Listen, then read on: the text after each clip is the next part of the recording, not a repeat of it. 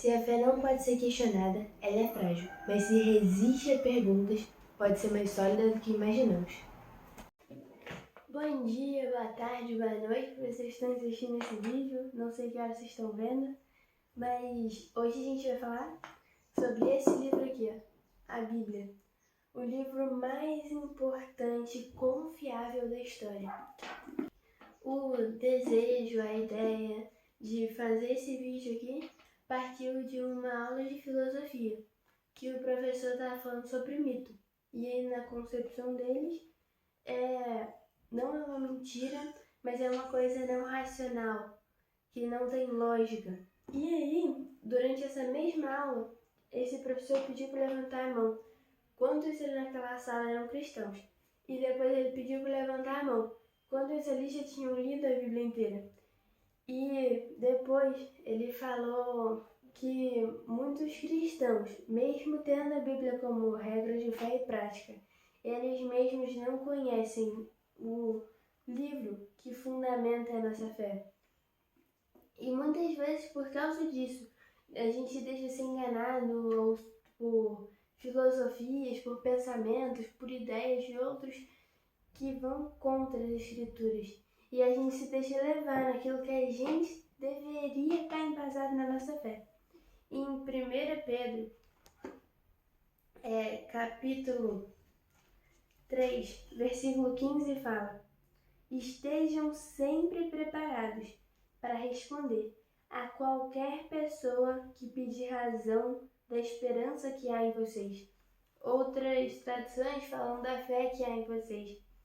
Então, eu estou fazendo esse vídeo aqui por isso, porque diferente do que muitos pensam, a nossa fé é sim uma fé racional, é sim uma fé que tem uma lógica por trás, que tem uma razão por trás, fundamentada em algo, que é um fato, que esse livro aqui é historicamente confiável, cientificamente confiável. E a gente vai falar um pouco sobre isso hoje. E diferente dos deuses, por exemplo, do Egito, que eram mecanismos, porque eles eram politeístas, os egípcios, e aí a mulher de um deles era estéril, ou qualquer coisa assim, não estava tendo filhos, ou o campo lá não estava produzindo. Aí eles recorriam ao deus da fertilidade, aí prestavam culto, faziam oferendas, sei lá mais que, e conseguiam o que queriam. Então era uma ferramenta, era um mecanismo para conseguir o que eles queriam. Então eles estavam criando deuses, criando ídolos para eles mesmos para fazer a vontade deles. E diferente desses deuses, o nosso Deus, ele não é um mecanismo, ele também não é uma explicação, como muitos dizem, que as pessoas usam Deus, põem a culpa em Deus de por que chove. Aí criam, os antigos, né, criaram teorias usando entes divinos, como a filosofia falaria, né? E aí era só uma explicação para algum fenômeno da natureza. Diferente disso, o nosso Deus, ele não é um Deus que só é uma explicação para algum fenômeno da natureza. Pelo contrário, a partir dele, a gente explica os fenômenos da natureza. Porque é ele que os determinou muito antes dos cientistas serem estudados. E a gente vai ver isso um pouco hoje. Sobre como a nossa fé é uma fé racional, é uma fé baseada em fatos. E é por isso que eu estou fazendo esse vídeo aqui hoje. Para a gente ter a consciência, a gente saber saber dar razão da nossa fé, da razão da esperança que é em nós. Então, porque a gente não pode ser cristão, só cristãos nominais, que se dizem cristãos, não têm entendimento, não têm conhecimento das escrituras. Não sabemos, muitas vezes, defender a nossa fé. Então, vamos lá. Então, o nosso primeiro ponto é: a crítica textual confirma e valida a fidelidade e preservação dos textos bíblicos ao longo da história. Ou seja, esses estudos que fazem com os livros para verificar a veracidade daquilo, né, do que está sendo dito ali, se é um fato mesmo ou não. Então, os livros bíblicos, eles resistem à prova histórica e tem ali a demonstração de que o que ocorreu é realmente um fato. E como eles fazem isso? A partir de fontes e testemunhas. Dois tipos de fontes que a gente tem. é a oral, a escrita, e temos também evidências, que aí são imagens, aí objetos, coisas do tipo assim, que vem mais da arqueologia, né? Depois a gente tem o cuidado dos copistas. Os copistas eram escribas, que pegavam ali os manuscritos antigos e passavam eles à mão de novo, digamos assim, né? Reescreviam de novo, que obviamente não tinha uma impressora naquela época para ler tudo ali de novo. Então eles mesmos escreviam ali. E aí a gente foram encontrados em 1947 os pergaminhos do Mar Morto, que estavam dentro de uma caverna guardados em vasos de barro. E aí, quando aqueles ali foram encontrados, os mais antigos que tinham eram de 900 depois de Cristo.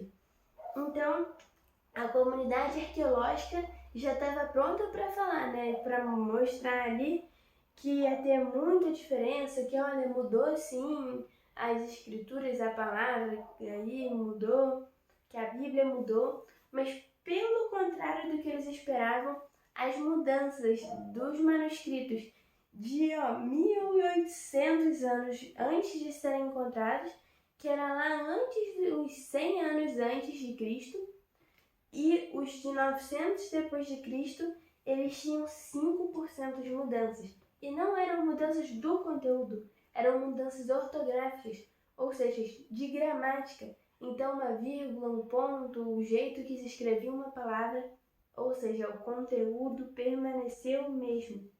E muitas vezes a gente vê aí, os livros científicos mesmo, ou outros livros, pode ser, ele em curto período de tempo, mudam tanto. Mas a Bíblia, por mais de 1000 anos, por mais 2000 anos, continua sendo o mesmo. O conteúdo, a mensagem é o mesmo. Então, a arqueologia bíblica, ela confirma a veracidade histórica. Então, as escavações, a parte das escavações, foi encontradas as muralhas de Jericó. Então, elas indicam a destruição das muralhas e condizem com o relato bíblico que a gente tem, né? E outra coisa que foi encontrada a partir da arqueologia, a pedra de Tel Dan, inscrições aramaicas que mencionam a casa de Davi, que evidenciam a partir da arqueologia da linhagem de Davi, do rei Davi. Também tem o aerópago de Paulo. Então, conforme é descrito lá em Atos, as 54 cidades, os 39 países e as 9 ilhas descritas por Lucas em Atos foram encontradas.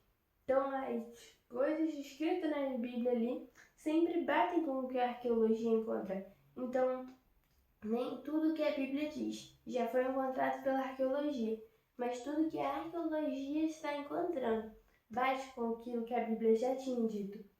Outra coisa que a gente pode usar são histórias bíblicas que envolvem outros povos. Então, os relatos bíblicos que a gente tem do que ocorreu, das histórias que ocorreram, também tem esse mesmo relato, não mesmo, mas também tem a evidência vinda de outros povos. Então, por exemplo, as 10 pragas. A gente tem também o pergaminho egípcio, que eu não lembro o nome, é um nome muito diferenciado, mas vocês podem dar um Google aí, que é a perspectiva egípcia das 10 pragas que aconteceram, e aí relatadas na visão deles. Então, a partir desses dados, a partir dessas tantas coisas, e se vocês pesquisarem, tem muitos mais achados arqueológicos, etc., que batem com a palavra de Deus, que batem com a Bíblia. Então é um livro historicamente confiável e tem uma comunidade que a respalda, que a valida. Então uma comunidade de arqueólogos, uma comunidade de cientistas, teólogos, historiadores, que se ocupam por encontrar registros e testemunhas oculares que fundamentam o fato. O próximo tópico é: a Bíblia não muda. Milhares de anos, mesma mensagem. A ciência muda, mas a Bíblia não.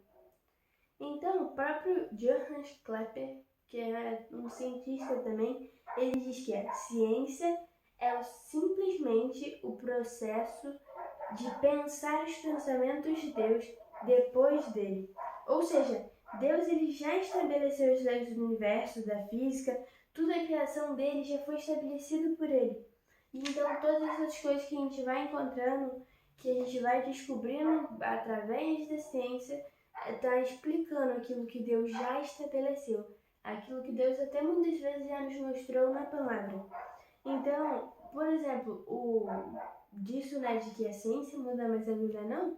Se você pegar um livro da época do seu pai, de escola, dos seus pais, sua mãe, e pegar um livro da sua época, vai ser diferente ler as coisas que vão estar, que a ciência descobriu uma época e da outra, vão ser diferentes, já vão ter mudado muitas coisas, mas se você pegar a Bíblia, nesses milhares de anos nada mudou.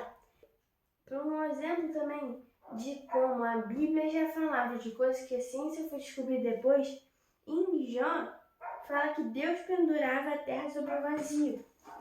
E a gente vai ver isso aqui, ó. É Jó 26, 7.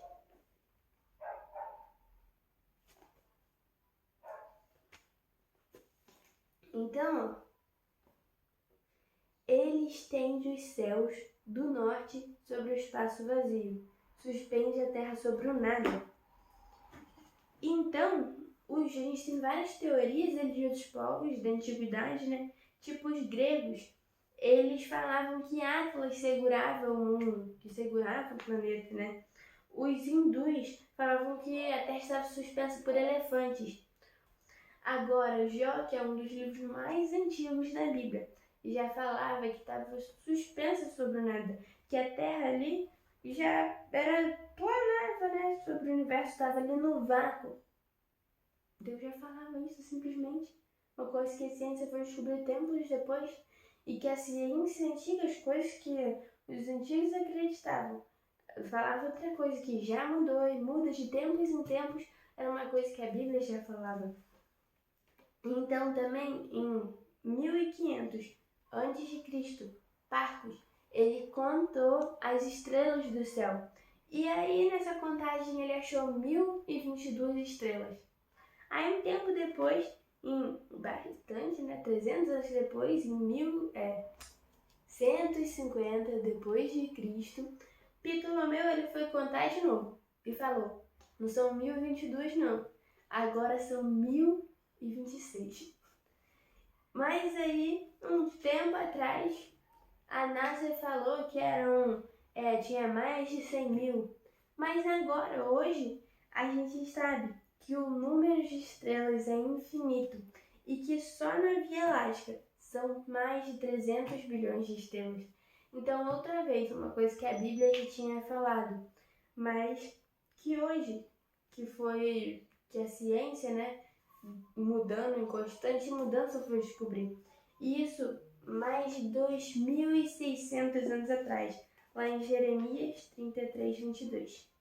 Como não se pode contar o exército dos céus, nem medir-se a areia do mar, assim multiplicarei a descendência de Davi, meu servo, e os levitas que ministram diante de mim. Então, outra vez, a gente vê uma coisa que a Bíblia já falava, sendo descoberta pela ciência depois, cientificamente falando, as leis sanitárias. Então, Levítico, ele já falava sobre higiene, já falava do isolamento de doentes, alimentação. Então, coisas que a Bíblia já predizia ali, que depois a ciência foi falar, né? Então, a Bíblia já falava ali em Levítico da saúde coletiva. Outra coisa que é baseada na Bíblia, a legislação.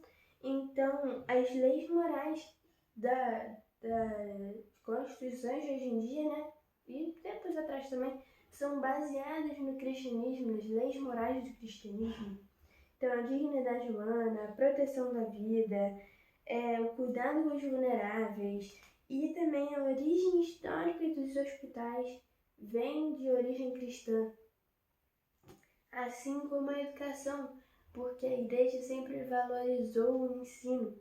Então, as faculdades, elas começaram a partir da igreja na Idade Média. Então, e um exemplo disso também é a Oxford, que foi uma faculdade, né, reconhecida até hoje, e essas primeiras faculdades foram fundadas pela igreja cristã. E aí também a gente tem vários exemplos de cientistas e de várias outras pessoas importantes que eram cristãos que fundamentavam a fé deles nos fundamentos cristãos. Como exemplo, a gente tem aí Isaac Newton, Einstein, Galileu Galilei. Então, os pais da ciência moderna, eles eram cristãos. E aí, nosso próximo tópico, que na verdade não é bem um tópico, mas é uma outra coisa que a gente tem muito interessante sobre a Bíblia, que são as referências cruzadas. Eu não sei se vocês já viram, mas eu vou pôr aqui, ó, a imagem. Então, isso não é uma arte, isso é um mapa visual da Bíblia. Cada barra de baixo é um capítulo. Os mais altos são com mais quantidade de versos conectados. Os arcos conectam versos por profecias, símbolos ou temas. As cores mostram quão longe os versos estão. Claras, mais perto. Mais vivas, mais distantes. Então, isso não é aleatório. Isso é o dedo de um autor divino. Então, são mais de 63.700 referências cruzadas, 40 autores diferentes, ao longo de 1.500 anos, com 400 anos de silêncio intertestamentário. Não sei se está certo, mas dá para entender que 3 línguas diferentes, 3 continentes, tudo inspirado pelo Espírito Santo através de homens. Então, 2 Pedro 1:21, vamos ler aí agora. Pois jamais a profecia teve origem na vontade humana, mas homens falaram da parte de Deus, impelidos pelo Espírito Santo. Então, o exemplo aí, ó, outras religiões, o Alcorão, ele foi revelado somente a Maomé, o Alcorão do Islã ainda. O confucionismo, apenas para Confúcio. Budismo, validado só por Buda. Então, todos esses, mesmo sendo uma só pessoa, tem várias ramificações diferentes. Agora, a Bíblia, um tematicamente lido, 40 autores, 1.500 anos, que foi durante esse período, né? E esses autores não se conheciam, de 3 línguas diferentes, 3 continentes diferentes. Os autores têm poetas, profetas, príncipes, reis, pescadores, soldados. A explicação? Inspirados pelo Espírito Santo. Então a Bíblia é um livro tematicamente unido, mesmo com autores diferentes, sem se conhecer, tem uma única história, a história de redenção. Então, outro do nosso tema são as profecias bíblicas. Só em Jesus, só de Jesus, a gente está falando de um personagem, o mais importante também, né?